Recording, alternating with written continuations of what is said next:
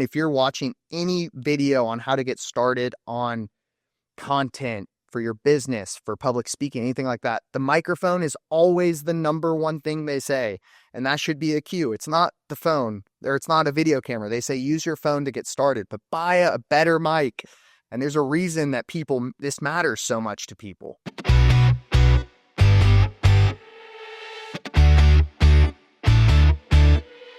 Welcome to Audio Branding, the hidden gem of marketing. Sound plays a more important role in human behavior and our decision-making than you may realize. In this podcast, I'll help you understand the art and science of sound so you can better influence others in business and your life.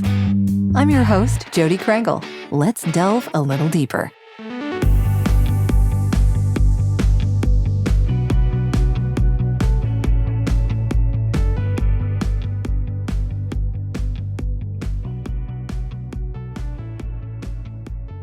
So is there a particular speaker that you had a really good experience with or learned a lot from and ended up with a really good end result for? Yes, the first female Royal helicopter pilot in Britain, Sarah Furness. She's a dream to work with, very motivating, and she was one of my first clients. It was somebody that we kind of took together from the ground up, and now she's doing huge stages and always fun.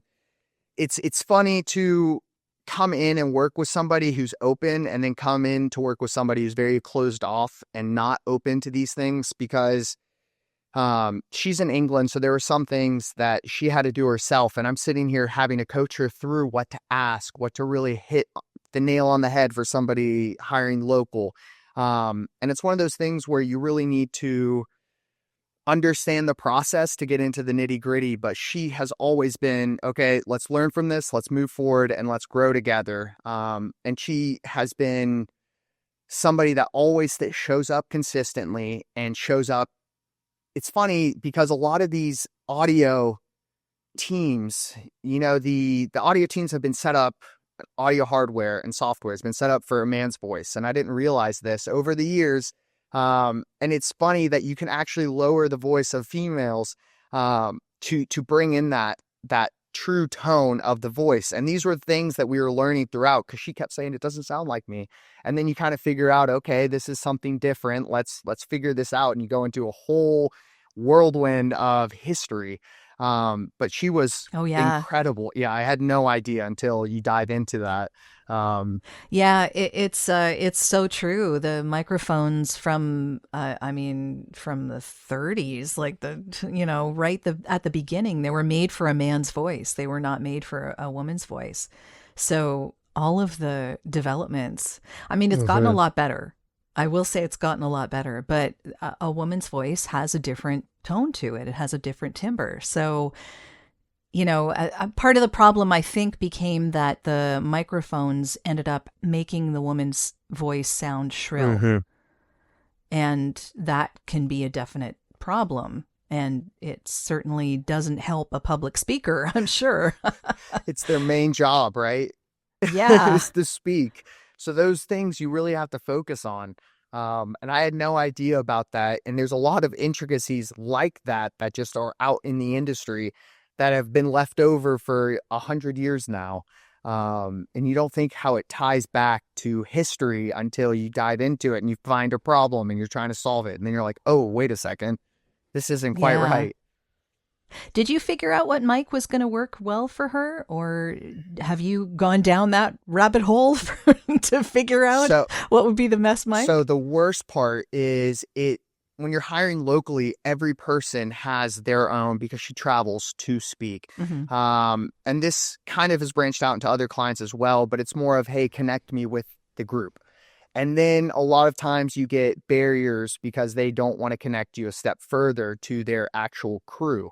So it's really, okay, if I could have a choice, let's talk about the choice. And with ChatGPT, it's incredible now that you can actually dive into this really easily. And I recommend everyone do this. If you're looking for a microphone, as Jodi's saying, there are specific microphones that are better for different voices. And it's quite easy to find nowadays. But I always ask for a choice. And they're just annoyed that I'm even asking, but I try to, and try and help from that front. If I'm controlling it, um, it makes a difference that you can dive into your full set. And I rent gear as well. And I'll go into the shops, and this is another great tip. The people in the shops know more than we will ever know because they've touched everything. They know the intricacies of every single piece of equipment in there because people come in and they go, this was wrong. I didn't like this. Change this. This was amazing. This was the best thing I've ever happened. So I definitely recommend talking to the people actually in the shops you're renting gear from as well. Um, it makes a difference when you want to try out a piece of gear, when you just want to use it, once a quarter, something like that. And then you can pull in that piece of audio equipment. And wireless mixers are a great, great thing to rent. I would highly recommend that. If you want to go down the rabbit hole in filming conferences, that's one of the first steps. Sure. Yeah, a very good point. But actually, you mentioned Chat GPT, so Hmm. let's talk. Let's do it. Yeah, let's do it. AI and what you're doing, video and audio. How do you use it when you are putting a project together, or do you use it? Do you use it for the output? Do you use it for just figuring out the productivity of what you're doing? Does it answer questions for you? How do you use AI in what you're doing now? So, questions, absolutely. I think that's one of the quickest ways if you're out on set and you need to figure something out quickly with a new piece of gear, something like that. 100% phenomenal for that. Another one that people don't realize AI is kind of coming into is when you're searching for sound effects, you're actually using an algorithm, you're actually using AI to tie those together. And I think that's one that's coming through the front door right now for me is when you study sound effects, you're looking for risers, swoosh, whoosh, hits, all of these things with reverbs and high pitched, and you can change the frequency of these to get different sound effects. But actually being able to search for those on these platforms is a huge one. Another one that I've started playing around with is using the clipping tools and uploading a long form interview with a public speaker. And I don't use it for the editing, but I do use it to find the best clips from the interview or something like that. I'm not sure if I can touch on where I think it's going. Um, Yeah, I mean, I'm happy to talk about that. I know for this particular podcast, we actually use Opus clips mhm. for some of our finding some of the things to put on social media. So, yeah, sure, whatever you want to mention. So I Yeah. do think it's coming. I think at the rate it's growing right now, it will be everywhere and it's going to only get better. But I think at the forefront of that is if you can learn how to use some of these tools and ingrain our own thought process. If you think of where calculator was versus hand-drawn calculations to where we are now with ChatGPT and where that kind of correlates between those two, that was black magic, a calculator back in the day. And I think that it will make everything easier, but I think the taste of using it, imagine plugging in a video and having sound design plugged in and you're kind of thinking through the process. Okay, let's watch it. You can tell now that it feels unnatural and you can almost always tell an AI clip from the audio. That's one of the first things I listen for is the audio. You can always tell. But I think if in 5 years, in a year, whatever that might be, if you could have some baseline, okay, this is what I think would make this sound really good. And then you go back another layer and you actually go in and you dive in and you fine tune from a baseline. I think that's going to make incredible videography work. I think it's going to add another layer that you still need people behind it. I think we always will. But it's coming. It's going to be a great tool for us to have. I'm not sure if you've tried Adobe Podcast.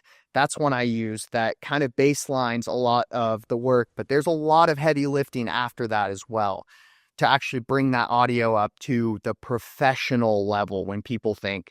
Um, and there's so many different pieces to audio engineering that I just want to give a lot of praise to those people that are in that space. It is hard. It is a beast. There's a lot of things that you don't realize that can be picked up by a mic and that can't be picked up at that level of the mic. There's just so much that goes into what they're doing. Yeah, it's truly amazing, and I really am impressed by what AI is doing creatively, it's giving us some freedom to experiment, which I think is really fun and really interesting to see where it goes. But yeah, like you said, human oversight is very important. 100%. Yeah. We can always Yeah. tell it's that something's off. Yeah. Yeah, it's interesting. I know that when I have this discussion with people in audio and AI, the conversation inevitably goes to whether or not it's going to replace us. And one of the things that I always say to that kind of a thought process is that an AI will never have the lived experience behind it. So when a human speaks as opposed to an AI speaking, you can kind of tell the difference subconsciously almost. It's weird. I don't know. And visually, I know that there's this, uncanny valley kind of deal. So if it's too perfect, Hmm. we know it can't possibly be human. We always know. I So, think I yeah. say the uncanny valley of audio because we all know it at the same time. And the team that does the sound design, it's funny because they never use what is actually making the noise. If you've seen the videos, they're using a bunch of different, it's like rustling a bush and it's a completely different look on camera. And you're just like, how it sounds so right. But that's also the Yeah. human aspect that can take a step back and see what fits and sounds really good. Sure. Yeah. This is, again, why capturing audio in the moment of a film or you filming, for instance, a speaker can be so difficult and problematic because some of the sounds that you think you would pick up don't actually sound like we Hmm. think they should when they're on a production. Like, for instance, making a storm sound in a film. I mean, they use, I don't know, like saws, I guess, like sort of like moving back and Hmm. yeah, like because you can't really mic a storm and have it come out well when you like it just doesn't work. So we create it to sort of emulate what we think it should sound like. And now we've gotten so used to what we think it should Hmm. sound like that the real thing doesn't make it onto camera. I saw one where it was gutters for a storm. They were hitting it with like Mm-hmm. a metal rod or something for a thunder. Yeah, there's all sorts of ways of doing this. Yeah, Foley artists, I guess, are Hmm. really artists. They're recreating what we think we hear onto film so that it sounds like we think it should. Which is crazy. Yeah, it blows your mind. Yeah. Hi, this is Dr. Thomas Dixon, and you're listening to the Audio Branding Podcast, a great place to learn how powerful sound can be. If you want to understand how to harness that power in your own life, keep listening.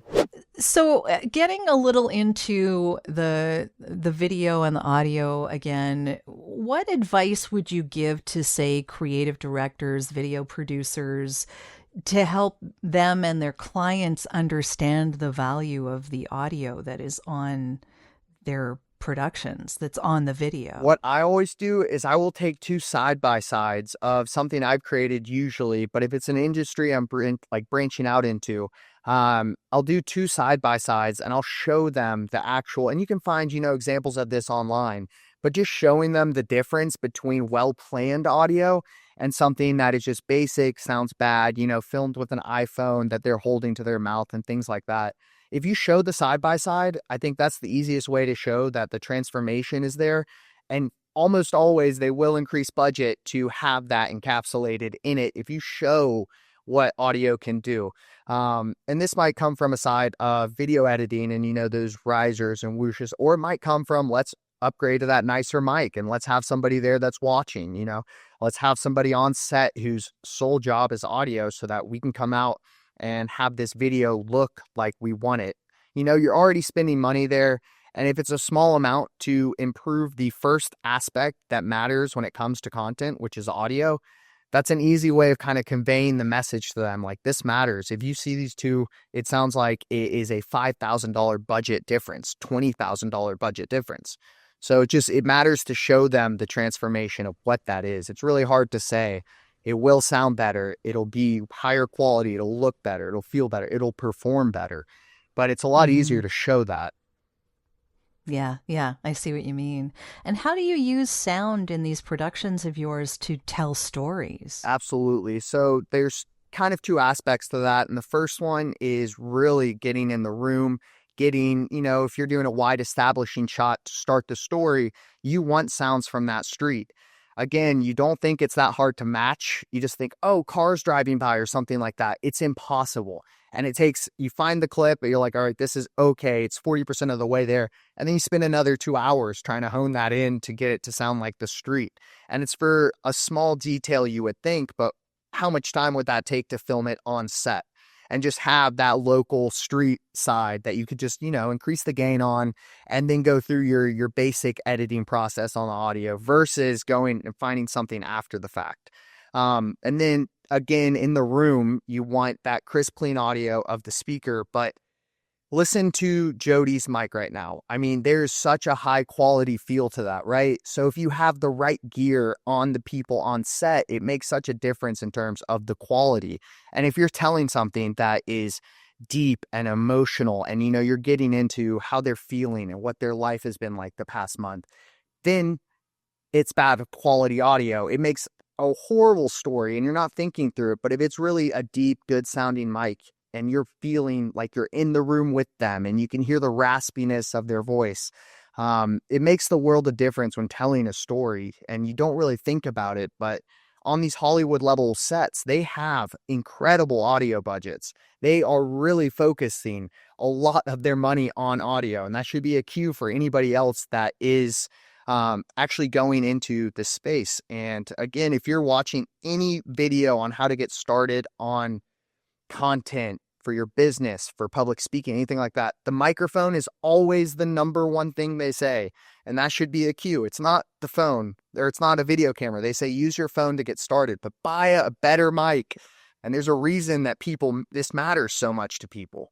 Yeah, it's really interesting when I hear people talking about mics and how good it sounds, because I think in the moment people don't really understand that it's a good quality mic. I don't think they necessarily care all that much. They just don't want it to sound bad. Because the minute, like, we don't tend to remember how something sounded unless it sounded bad. And if it sounds good, we just think that's a matter of course. That's how it should be. So we don't give it the due that it deserves. Exactly. There's the level of expectation, right? Mm-hmm. Yeah, it's an interesting aspect of this whole sound thing. Yeah. And public speakers must get it a lot because, of course, that you're speaking to an audience, you want to be heard. But if your mic is a bad mic, unfortunately, it takes away from your performance, which, yeah, not great for any public speaker, especially on video. Exactly. And some people come into, a conference and they have a cheap audio setup. It is just the bare bones basics, and they don't realize that even in the room it sounds like poor quality. So it can be tough to show them. Basically, they bring me in and I go, hey, we have to use our own stuff here. I need to tie into their speaker system. We need to figure out exactly why this sounds bad. We've got a day to turn this around, or maybe an hour, and I'm just scrambling.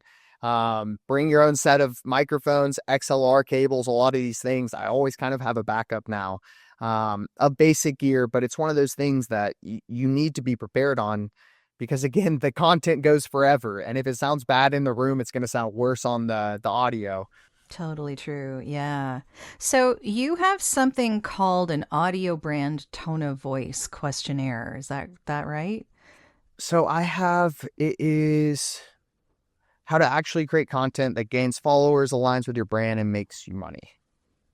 Okay. So can you translate some of those brand characteristics into the sound? Or does that relate to the sound that comes from these speakers or creates their brand? Absolutely. A big one is if you have somebody on stage that is part of the Air Force, you're looking for something different than if you're a older CEO or something like that. And microphones make you sound completely different. That audio that you're actually capturing. If you come in and you always have a stern, deep voice, you would think that any microphone could capture that properly, but again, at the gain levels. And if you have it super suppressed and low and you're pushing that, it's going to sound flat. So there's a lot of the highest quality public speakers in the world have a team that go in before them and they ensure everything's aligned, it's on target. And it really shows if there's somebody comes on stage and they yell and they do all of these things on stage, it's a completely different audio setup, but both have their own brand of tone of the way they show up on camera. And both need to have that window that can actually capture the audio there before it clips. And it's a completely different setup. And again, if somebody's on stage and they're paid well and they're jumping around and yelling and they're going through all of these things, it's much different because there's a team there that has to change the gain on that consistently if they're going to work through that and stay on brand. Because if you have somebody on stage that always wants to go through and bring the energy and excitement into the room, they need to be able to do that or they won't get paid for the next one. If there's just a low budget setup, audio's clipping, it makes the world of difference. Yeah, I can imagine it would. So do a lot of these people have songs that play them onto stage? Absolutely. And a lot of them will take that through to their speaker reel. Some don't care as much, others do. And one thing I've noticed is if you're playing music, they usually push it too high and it just clips. It sounds great in a room, but it sounds horrible on the actual camera. So if we don't have another camera that's running in room, to get people, a big one is when they're running on stage and they're yelling, they're going, all right, people, let's go.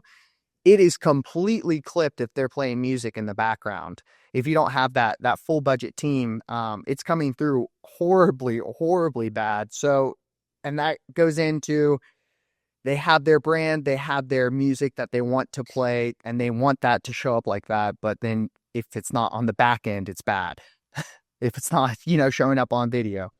So if you could leave people with one idea about the power of sound, what would you tell people? I would tell people to sit down and watch a high quality video where the sound design is taken out. And then I would show them what it sounds like afterwards, the audio even.